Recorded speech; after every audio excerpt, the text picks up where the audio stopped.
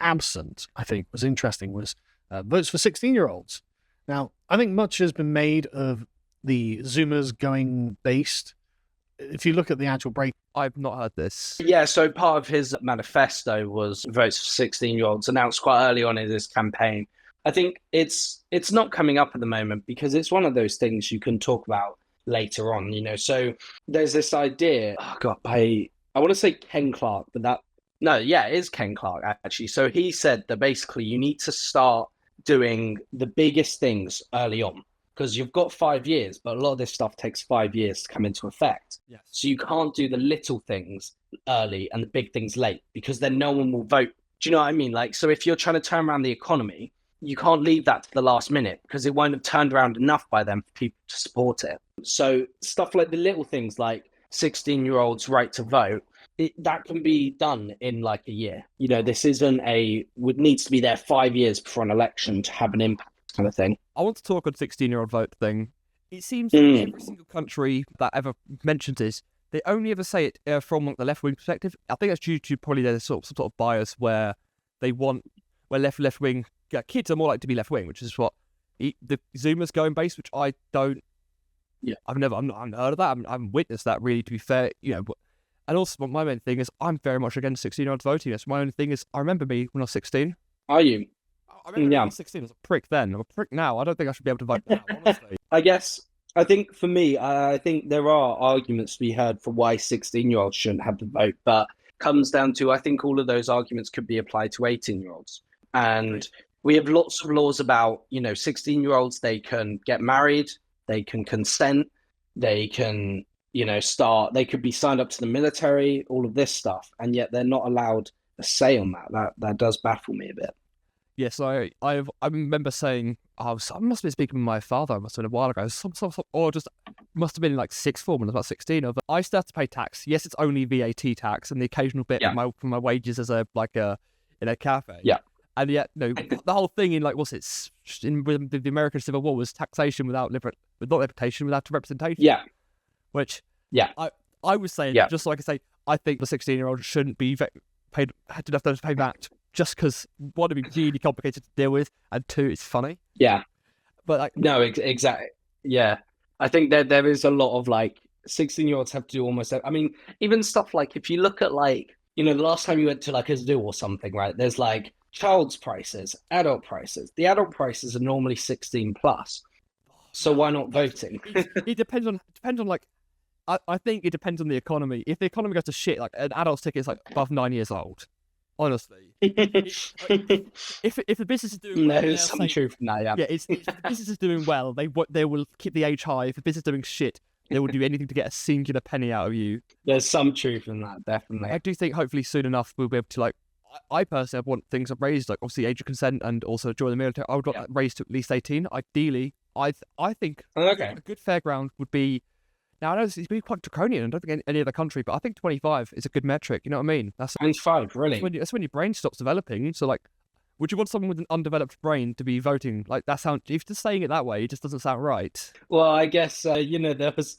Reform got quite a large percentage of the vote, I think. If we're talking about undeveloped brains, should we allow them as politicians? I refuse to.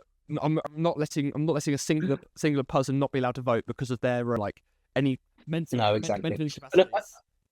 Well, I think that's kind of the actual thing, right? Is if we say, but they're not mentally sound enough. We don't do IQ tests on people to vote. We don't go, how much knowledge do you have on our current political system, on the current political party that you're voting for? We don't quiz people on are you intelligent enough, basically. And yet we go, but you're under a certain age, so you can't be intelligent enough, which I think is just wrong. I think a flat line cut is much easier to deal with than any sort of test, because then the test could be biased. Exactly. It could be exactly. The Conservative government comes in, they change the test, which means it's easier for Conservative to get in. Then Labour comes in next time, eventually, and they'll change to make it easier for Labour people to get these things. And what's it? We had that. Well, not we. They had that in America. Yeah. And it was biased against Black Americans, wasn't it? Yes. Yeah. Absolutely. And there's so many ways to ring it. I think I think the question here though is we all agree with a flatline system, like a direct kind of approach, but why 18 and why not 16? Why not 25? Come on.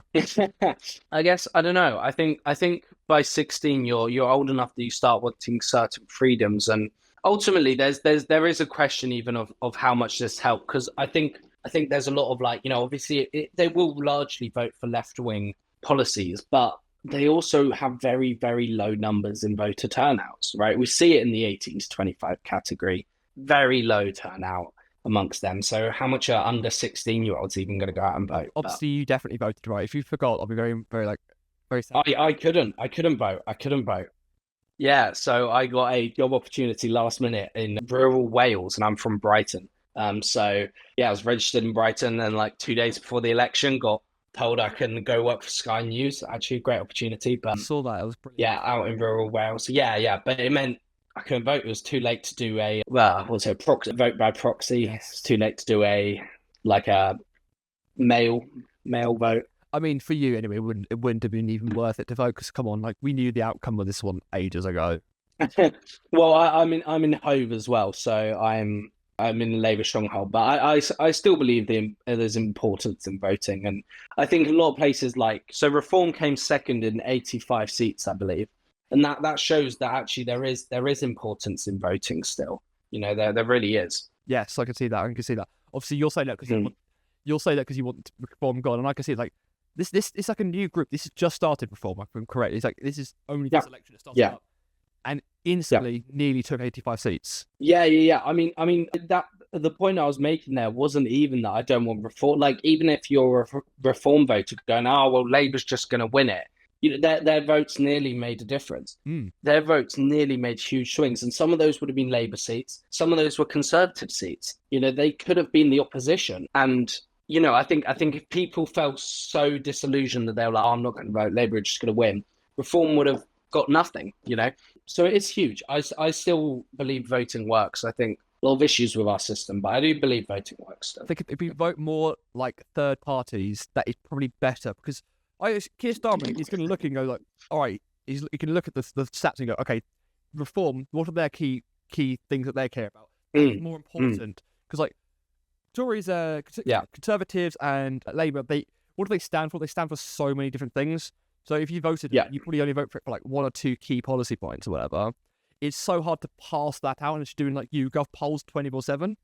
Yeah, and they're definitely doing a lot of YouGov polls, but a lot of it is on likability of the government, not their policies. But it definitely determines it. So for a good example, right, is Brighton, we have a Green MP. Yes. Now the Labour candidate was the greenest Labour candidate I've ever seen, because they know that in order to win votes, they have to be green. So that's how you push these main parties into believing what you want, is voting for what you want. Yeah. If it was a checklist instead of like, here's things that you care about, tick, tick, tick, tick. And then you're like, are you for or against, 30 policy points, boom, boom, boom. Then you ballot that one. That'll be easy. I mean, obviously, a governmental system behind that is so, it's going to be fucking impossible. So complicated. But yeah, absolutely. Much more interesting that way. Much more effective, I hope. I think there'd be some issues with that. So, do you know what I mean? You might say the vote might be that, oh yeah, we want more immigration, but at the same time might also be we want tighter immigration laws. So the issues with that is there's often a lot of conflicting beliefs. And also which I'm sure we will get onto. But I'm sure lots of these things that we're going to come onto are going to be like, well, at the same time they want this, but they don't want this kind of thing. Agreed. So I think I can sort of hit what you're saying. I can start the video up again. It's only about 8% of them. They're just very loud on social media. But obviously, this is something that's bothered Keir Starmer, I guess, and that wasn't in it. After Germany, I think they don't want to even whatever our polls show, they don't want to risk it. I think all parties of all political persuasions do that thing of promising stuff in order to get into power, and then when they get into power, just drop it. So I think they all... it always gripes me when I hear this argument, not because defeatist attitude, not because of Labour, but yeah, exactly. And I think there's not much point arguing politics, talking politics, if you're just going to go, they're all liars. I can get why you believe they're all liars, but then what are we doing? Why vote? Why talk about it? Why comment on it? You have to take them at their word, or else there's nothing really to argue over. I think take them at their word, And then if they don't follow through it, then you critique them. Yeah, and if they've shown a pattern of lying, right? Starmer has shown a pattern of U-turns, potentially, but not a pattern of lying. I think they are different. Well, no, it's no, because it's good when a politician can change their mind, but it does show that maybe he's not steadfast in a lot of his ideas and a lot of his policies, but there's almost always reasons for his U-turns. You know, he never, not that I've seen, he's like U-turned because he went, well, I just kind of wanted to here. You know? What do you mean by even U-turns? I'm not even sure what is U-turned on in this political stuff. So he did. I mean, basically, the biggest complaint I've heard from the left wing, obviously being in left wing circles, is that he was a much more left wing person when he was running to get elected as leader of the Labour Party, and then as he was running to become PM, he kind of turned much more centrist and abandoned a lot of his principles. I think that would be necessary for the campaign trail anyway, because we had such a long conservative dominance for so long. That exactly, and switching to further left is going to be much harder to do and probably a lot harsher on the country if we go exactly. Yeah, exactly. And I am more of a centrist than I am a left-wing person anyway, so it kind of appeals to me. But yeah, I still can't get over that. He does look like a piece of toast. It's just sort of toast. I can't ever watch any videos of him or listen to him because all I can see is that face. Yeah, no, absolutely. I'm not like one of those people who's like, oh yeah, this political candidate is ugly, therefore they're wrong. It's like, it's literally so relevant. Anyway, it's just onwards. I feel like leftist parties, or particularly sort of more centrist leftist parties, are the worst for it. If you get a real hardline commie, someone like Hugo Chavez or something, they actually do what they promise they're going to do. Yeah. But when and the country collapses, right. Yes. And when you get a wishy-washy lefty like Labour, they're sort of the worst for it, I feel, often, it seems in my experience. But yeah, no, so that's great. Yeah, don't give 16 and 17-year-olds a vote. If anything, raise the voting age. If anything. Yeah, 35 years old, property owner. 25. 35 years old and property owning. I mean, that's lean. I think I'm being hyperbolic. I just like I am so much more involved and knowledgeable about politics than almost most adults that I talk to because it is my interest. It's what I enjoy pursuing. Then the notion that like it should be raised so that I couldn't vote is like on what grounds, you know? Yeah, I think there's a bit much. I'm gonna just do that. All right, continue back onwards. Yeah. White man. Yeah, male. Obviously, that's a joke. I would rather hope it was a joke. Yeah. Is it? No, it's right. One thing that also was left out was forcing members of the House of Lords to retire at the age of 80. Come on. Yeah, so their original plan was to force them to retire at 80. I believe that was left out. There was a lot mentioned though about the retirement kind of thing. About the House of Lords, about reforming it. So lifelong heritage peers, I think, is the big one they want to abolish. So basically, just because your dad was on the House of Lords doesn't mean you get to be on the House of Lords forever. I don't know. The House of Lords is kind of like it is useful because they're not elected. They cannot be swayed by public opinion. Absolutely, yeah. No, yeah, of course. I think there's definitely a place for House of Lords, but I do think we need to look into it because just because your dad was someone doesn't mean you are someone, you know, and doesn't mean we need your input. Right? Very it's used like there is a big sway towards Christianity. As an atheist myself, you know, I have conflicting views about that, but because I do still believe either we're a atheist country or we're a Christian country, so I can appreciate the need to have Christian influences. I would say we probably lean still a bit more Christian, even if not everyone's like probably, yeah. Not the churchgoers. Like we have all these churches everywhere. It's an important part of our cultural identity and stuff. Like other countries, I'd say China, they definitely are an atheist country. Like definitely an atheist country. Yeah. And like I couldn't make that sort of determination for England because I still feel like that sort of Christian sort of worldview and sort of framing is embedded in our legal system and our code of law. Is that could be a bad thing? I mean, we're still alive, we're still here, so it's like what? It's it just kind of it is what it is, and our government is supposed to represent our people at the end of the day, and we have a large Christian population, so they should be represented. Yes, agreed. Which I mean, I'm not even that bothered about that, to be honest. How much life peers or hereditary peers or both? Well, just the life peers, but they will remove hereditary peers instantly. Brilliant. So the House of Lords is going sarcastic there. The House of Lords is going to be filled with Labour donors. So it's going to be a crony house. Like when he reads that before he has to go out and actually read it out loud, does Charles read that and start sweating? Right, yeah. Because that's a tradition that goes back centuries. Well, that's the question, isn't it? So what Charles is doing is presiding over the dismantling of his own kingdom.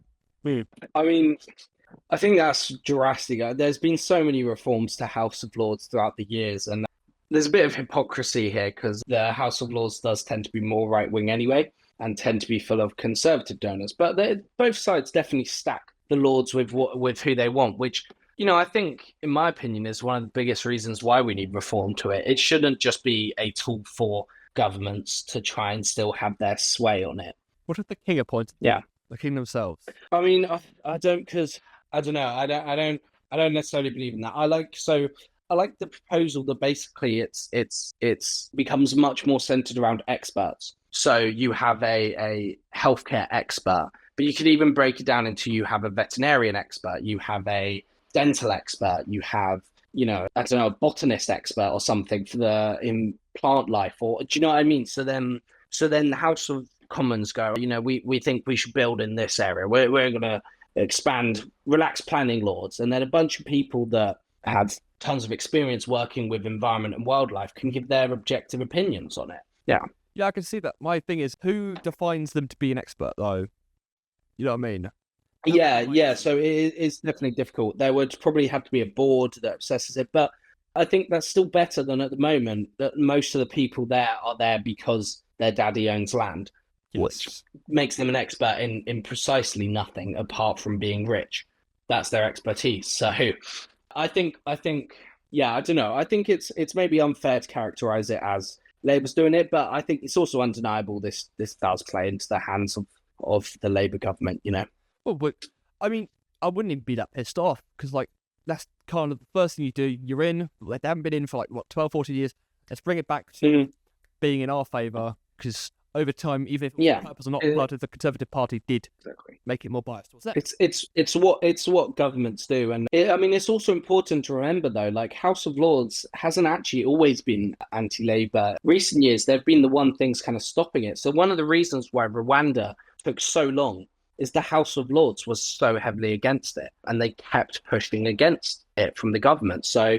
Yeah, I don't think it's necessarily fair to say after Labour helping themselves out, and even if it was, that's politics, isn't it? There will be a discussion point actually. So I think continue onwards and try and get brilliant. Let's do it. Yeah. Sorry. The republicization of his own constitutional kingdom, and so right, there's something quite dark about it, really, that he's got no choice but to do this, or feels he has no choice. I mean, technically, he has actually got all the power. He could do whatever he wanted. Here's the thing I'll say about hereditary peers that perhaps Americans don't know, or other countries in the world don't have such a thing. Okay, sort of when you look at it objectively, it is inherently unfair.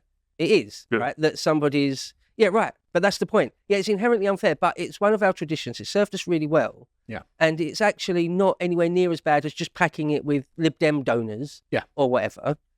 But the thing is, the people that hate it the most, sort of commie globalist traitor types, which we'll get to in a minute. So you done, isn't it? Yeah, no, commie globalist traitor type, I guess. I mean, he said it himself. It's unfair. Why we live in a democracy? I believe in democracy. I believe in the core beings of democracy. There's lots of traditions we have. Some are useful, some are not, and I think tampering with traditions isn't necessarily harmful. We're not saying screw it, get rid of it. We're not throwing our toys out of our prams. We are saying it does need some work.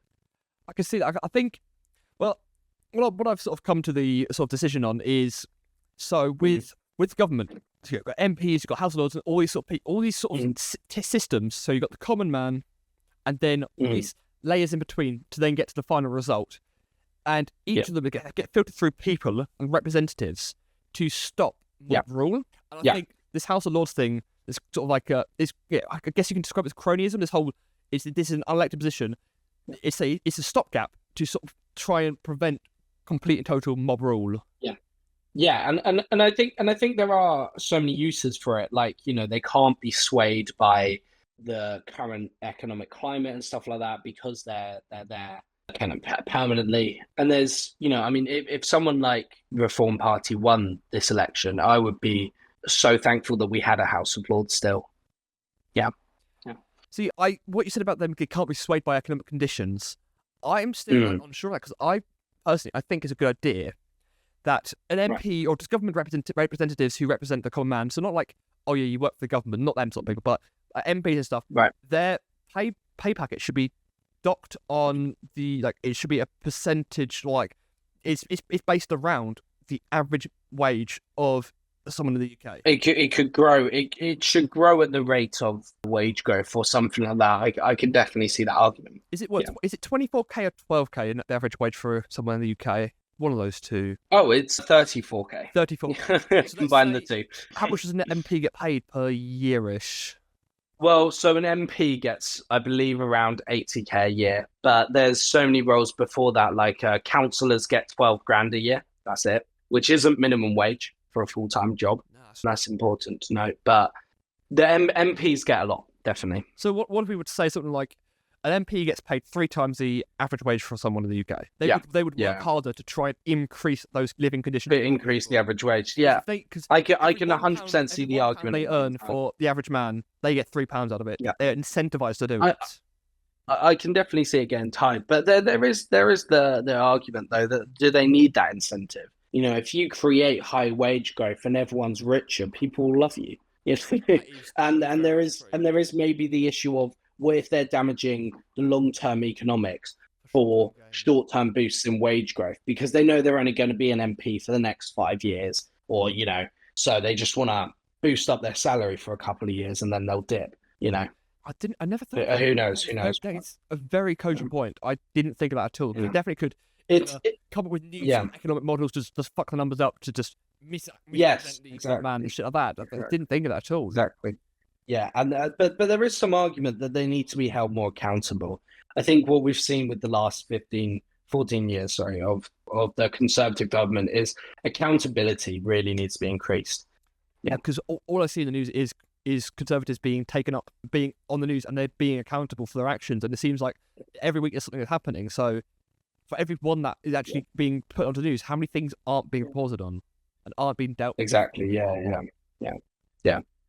The thing is, it's like, not that I love the concept of hereditary peerage, it's that all the worst people despise it more. Yeah, and on that same note, it's not that replacing it with only people who've been granted peerages by by Starmer or whoever is going to be a more fair system. Like you mentioned, it'll just mean that it will fill up instead with people who can afford to give the most money to Labour, which is also unfair to the little man if you're really concerned about Mr. Little over here. If that's true, then I agree, but I just think they're a bit too pessimistic on it.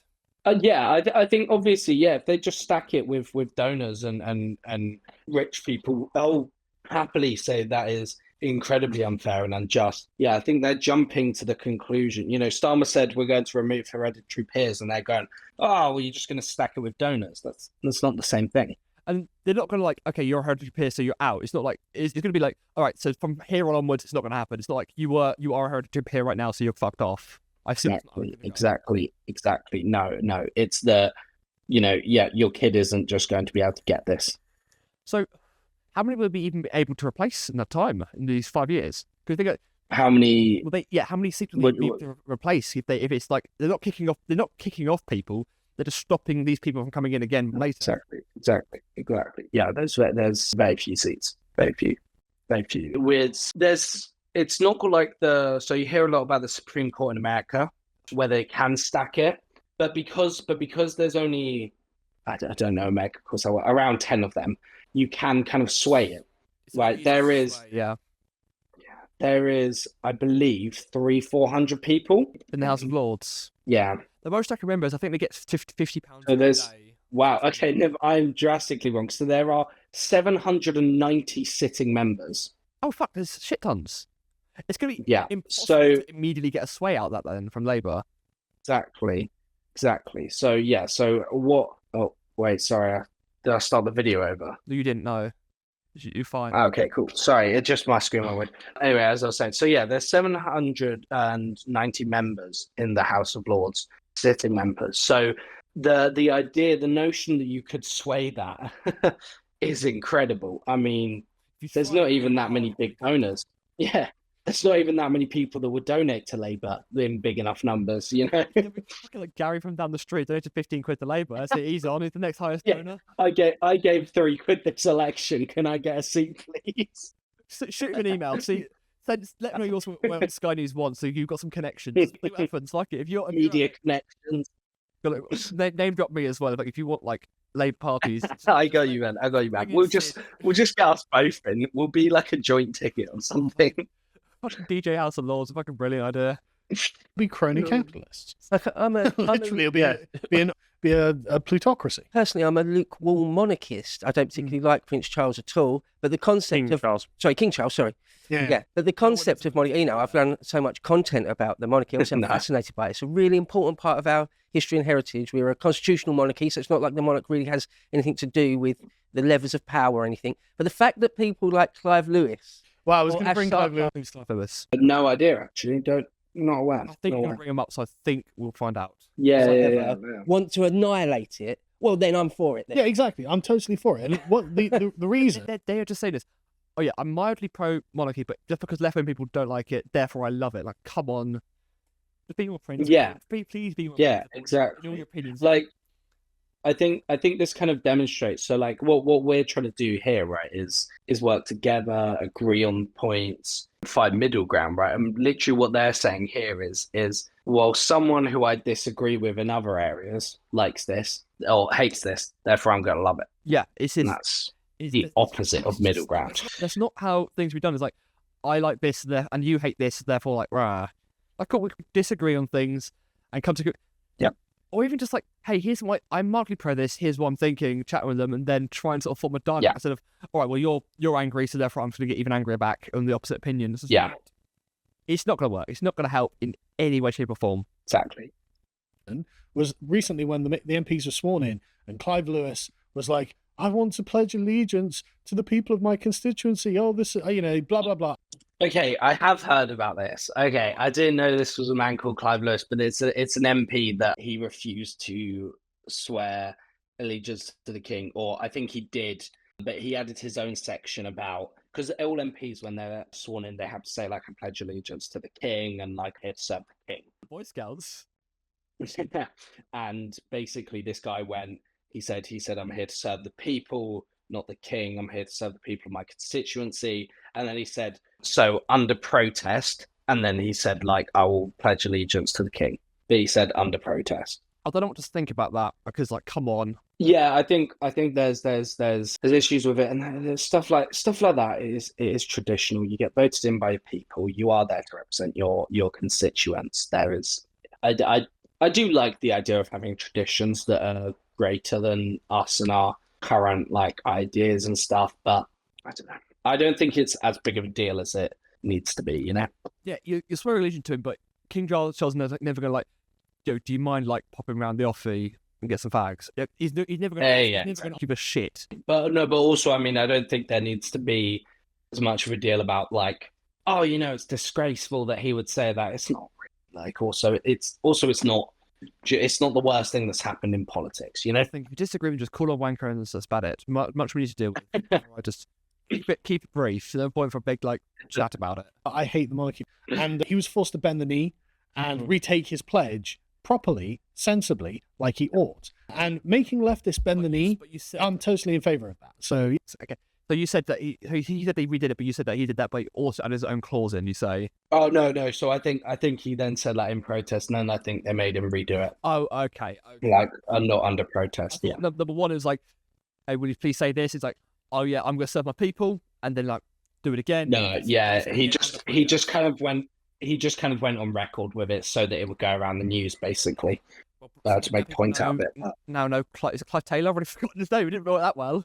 Yeah, Clive something. Yeah, I'm a bit of a royalist in that regard, because the leftists don't want it. I know I'm in favour of it, because it actually doesn't affect my life at all in any way, shape or form. And it's historic, as you said. It's proper that England is a kingdom. Yeah. We always have been, we always should be. Having a constitutional monarchy, like after the revolution, or after the Civil War and after the Glorious Revolution and stuff, that served us really quite well. Yes. And another thing as well, I've met a bunch of the lords. They're not bad chaps. The ones that I met seem really decent, actually concerned. I mean, I met the sort of base ones, but we're interested in the future of the country, and what there is something to be said for having people who own some of the country. Okay, you're the Duke of Buckinghamshire or something like that, you know, the Earl of wherever. Okay, you at least a vested interest. Yeah, you have a feeling of possession of the land, right? So you're concerned about what happens to it and the people who live in it. And because you can't be voted out, you're not worried about the democratic rigmarole of every 4 or 5 years, oh, I've got to persuade constituents now. No, you can focus on the long game. What do you think on that? I mean, yeah, I mean, we mentioned that it's good that they don't have to bend the knee to democratic process, but this concept that you have to be like a lord to have a say in the country is, I mean, if anything, it's the opposite. Right? If you own your land and you're sat on millions, right, that's been in your family for generations, why do you care how the country's going? Right? No matter what, if you still got your millions, you're still fine. You're still sat in your mansion on your estate. Yeah, but like, you know, my parents own a house. They shouldn't get a seat on the House of Lords. They're like, what size land do we go? Yeah, come on, sit in. Like, do you know what I mean? Well, they were saying slightly earlier, but you shouldn't be able to vote until you're like a property owner, which own a property. Yeah, so they seem to have this idea that you need to own property to have a say, which if anything, I think should almost be the opposite, right? The more property you own, the more assets you have, the safer you are from any turmoil and any troubles. I bet you there's very few millionaires that really felt the pinch in their shopping bill, you know, over cost of living and stuff like that. So, yeah. They do talk about that sort of stuff as well, I think, on sort of proportional things to do with money, where the fact you've got people who... I know, we've got inflation coming up as well, don't we? At some point. I never stop talking about inflation myself anyway, do I? I'm always on the shit. You can think in long terms about the future health of the civilization. So I think there is actually an advantage to the Lords that is not being given due credit. Well, here's another advantage as well to any kind of monarchical system, which is that despite what you would be told when you're learning about political theory and such in schools, it's actually much easier to hold to account than whatever gigantic blob of managerial bureaucracy that we have right now. If you know that there's a king and he's in charge, and everybody beneath him are his minions of one form or another, and you can actually go and say, well, this thing's gone wrong, so it's this lord's fault, it's the king's fault, it's this person's fault. And you can't do that with Whitehall. What happens with Whitehall? It all goes on in offices and endless meetings behind closed doors. What is Whitehall, please? Parliament, essentially. Oh, what does it say, Parliament? Well, no, so Whitehall includes like the offices of... It just means the people working in government, basically. I think there's truth in what they're saying, but there's also a lack of truth, right? Because there's definitely more accountability with a monarchical system, right? Of like, you know, the king messes up, right? If something's gone wrong, it's his fault. If something goes well, it's his win. Exactly. However, I think we do have that already. You know, like most of Labour's attack ads. Or we don't really do attack ads, but most of Labour's talking points was like, Rishi Sunak's messed up. We can't trust him with the economy, etc. And also, I think the thing they're forgetting is the king's messed up a lot recently. We don't like him, but there's nothing we can do about it. And that's the problem with a monarchy system, in my opinion, is sure there's a lot more of accountability. You know who messed up, but what can you do about who messed up? People stop saying that now because back a bit of time, when when the when like the kings and queens did shit, then people blame things on the king and queen. But now they do fuck all. So there's no point in blaming them at all. But I think the case he's making here is it's good to have a monarchy. He's kind of going into the ideological debate of a monarchy, but there's some truth in what he's saying, definitely. Yes, agreed. That we have absolutely no control over. They would like you to believe that we do because we have the democratic system, whereas that's a smokescreen. Now, that's a great point. You can at least name the person in charge, right? This is the problem with the EU bureaucracy. Obviously, a huge amount goes on with whatever they have for the civil service there, but you couldn't name a single person who's responsible for any of these things. You can't name who's responsible for the legislation. You can't name who's responsible for the enforcement. A classic example, the Magna Carta. What happened? Yeah. The king was misbehaving, saw the lords, got all together, and decided to put him on his knees and say... The Magna Carta, though, was our first step towards democracy and away from a monarchy. I think they were saying that first step was enough. I think that's what they're trying to say. But they're using it as an example of how you can hold monarchies accountable.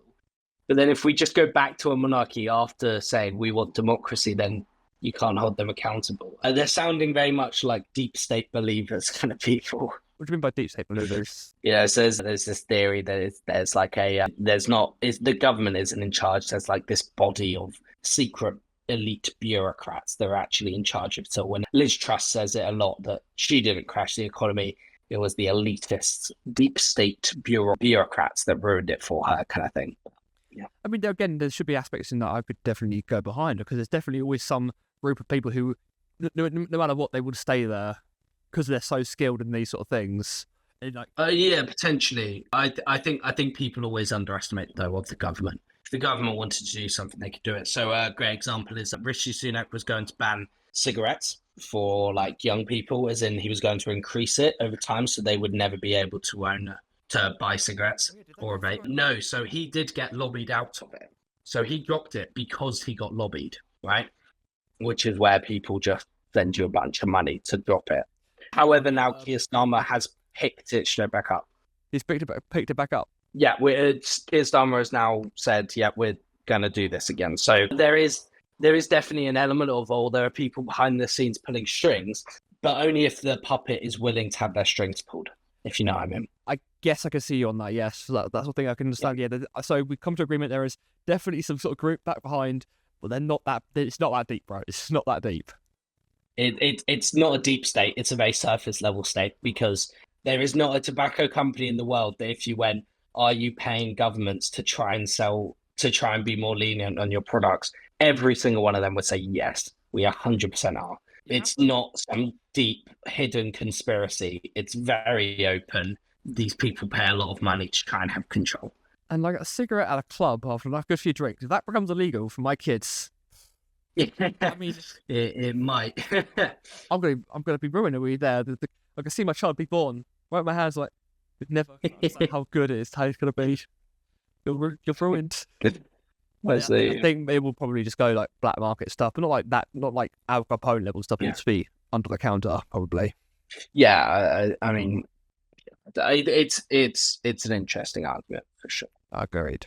Say, we're going to hold you accountable for this. Sign this right now. Check out the Epochs episodes where we go into agriculture in detail. So just to be clear, in Britain, we aren't citizens.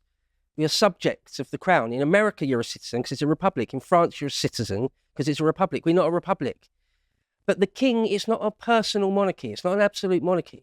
They have very, very little power. In fact, the government of the day, Keir Starmer or whoever, says, read out our agenda and get every single word exactly right. That's how little power our monarch has. And to be honest with you, I would kind of prefer it if he would turn around and say, you know what, I'm here to protect the hereditary rights of Englishmen, actually. So maybe I won't do some of the things that you're asking. Yeah, but my he's a government globalist. I know. Anyway, moving on. So Keir Starmer is... I mean, so do you see, like, the biggest problem I have with people like this, I guess, is that we started talking about hereditary peers. They've been talking to themselves, and they're now saying, we shouldn't try and get rid of the monarchy. Do you know what I mean? Keir Starmer hasn't said he's going to abolish the monarchy. He said he wants to remove the right to hereditary peers. You're right, but you do need to put that in context. He's just talking about removing hereditary peers, and it's like, he's going to get rid of the king. Like, chillax a little bit. He might want to, who knows? But like, we're not arguing on it. Yeah. But it's the kind of there's a lot of in right wing populist kind of talking points. It's like, you're asking for an inch, you must want the world, Yes, and that isn't necessarily true. It is true quite a lot of the time, though, to be honest. Most people would take a mile.